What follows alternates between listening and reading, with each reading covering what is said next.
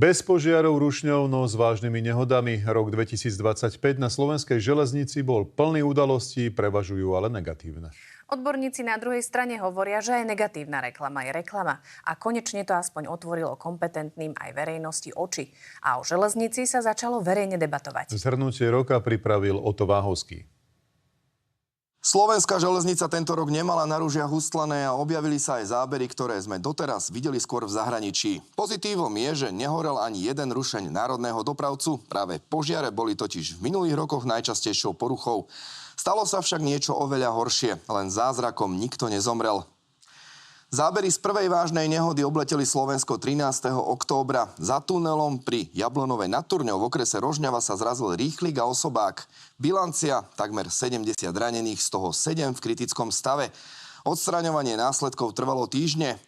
Diskusia o tejto nehode ešte ani neustala a o necelý mesiac pribudla do štatistiky ďalšia. Najmä študenti smerujúci po víkende do Bratislavy boli svedkami tvrdého nárazu rýchlika a expresu za stanicou v Pezinku. Bilancia takmer 80 ranených, z toho 13 ťažko. Následok padli špičky národného dopravcu a vláda dosadila nové vedenie. Ani to však nezabránilo ďalšej nebezpečnej kolízii presne o mesiac medzi Liptovským Hrádkom a Mikulášom. Vlaky plné cestujúcich na tej istej koľaji smerujúce proti sebe antikolízny systém zastavil zhruba 20 metrov od seba. Ani to však nebolo všetko a na druhý deň sa odohrali dve ďalšie kolízie. Pri Bratislave sa v jeden deň vykoľajili 2 rušne, našťastie bez zranení. Ako by mala železnica vyzerať a čo sa musí zmeniť, sme rozobrali s analytikmi. Pozrite si to v nasledujúcej reportáži. Investičný dlh, teda peniaze, ktoré chýbajú na opravy a modernizáciu, sa vyšplhal na astronomickú čiastku. Ak by sme ho chceli vyrovnať naraz, potrebovali by sme 10-miestnu sumu. Poprvé, na ŽSR popretrhať lobistické vzťahy.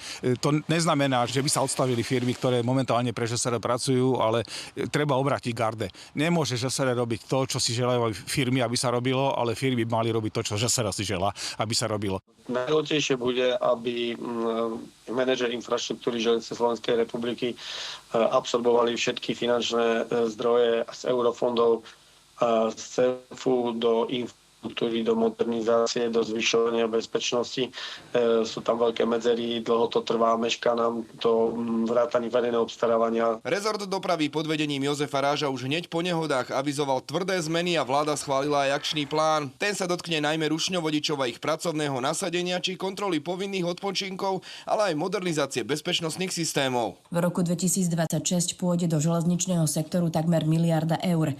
Objem financií sa pravidelne navyšuje. V roku 2025 to bolo približne 942 miliónov eur, kým v roku 2022 o približne 200 miliónov menej. Čím dlhšie choroba trvá, tým dlhšie trvá jej liečba. Mali by sme začať sa zaoberať systematickým stavom železnice, povedať si, že čo je na nej potrebné vlastne robiť a začať to dôsledne robiť a nenechávať to na doteraz obvyklý samospad. Vnímame, že aj vplyvom posledných udalostí téma železníc výrazne rezonuje v spoločnosti a aj predseda vlády sa o ňu aktívne zaujíma. Odborníci sa zhodujú, že opraviť to bude ťažké a bolestivé. Je však podľa nich nevyhnutné, aby sa železnica finančne a projektovo plánovala na viac ako 1 či 2 volebné obdobia. Oto Váhovský, televízia Markíza.